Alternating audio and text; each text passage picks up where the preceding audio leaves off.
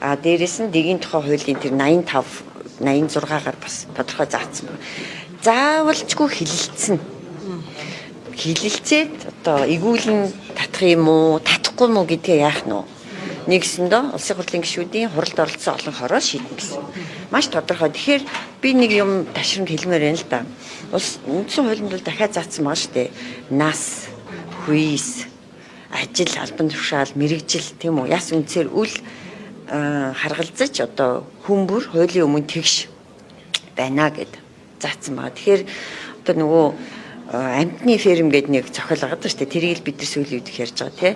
Бүх амтан тэгш хэрэгтэй. Гэхдээ зарим амтан илүү эрхтэйгээ заасан шиг улсын хурлын гишүүд хуулийн өмнө илүү эрхтэй байх юм уугүй юм уу гэдэг асуудлыг л бид нар ярих хэрэгтэй. Ер нь одоо сүүлийн үед улсын хурлын гишүүдтэй холбоотой давуу эрх эдлэх хэсэг тухай асуудлыг бид их ярьдаг боллоо тий. Төрчин 7 хоног тэгч одоо улсын хурлын гишүүнээр ажиллаж байгаа хугацаанд одоо тий одоо хууль шүүхийн асуудалд бол оролцсон байсан ч бараг хамаагүй одоо юу яахгүй төтгөлзүүлэхгүй гэдэг асуудлыг оруулж ирсэн тий.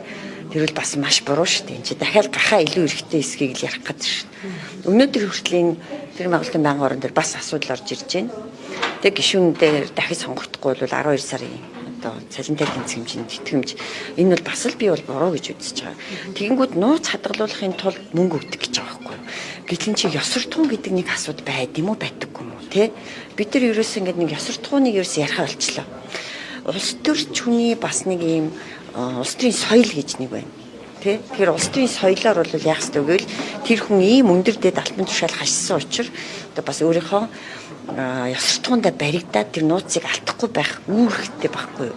Тэг мөнгө авч байж хадгална мөнгө өгөхгүй бол одоо бараг задлах юм уу хашийн улсын нууцыг. Тэр чин тэр ёсортгооны асуудлыг одоо бас хэцүү болчиход байна л дээ. Тийм мөнгөөр хэмжихгүй.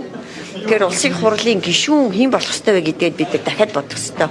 Ёсортгооны асар өндөр ийм соёлтой хүмүүс уг нь бараг болж байж тэр нууцыг гадныхан задлах хэсэг чинь түүгээрээ тодорхой болох хэрэгтэй байхгүй. Түүнээс биш мөнгөөр бол бид нар тэр асуудлыг шийдэж болохгүй. Тэгэхээр өөрөөр хэлбэл би дахиад хэлэхэд улсын хурлын гишүүд бол давуу эрх эдлэх ямар ч үндэслэл байхгүй.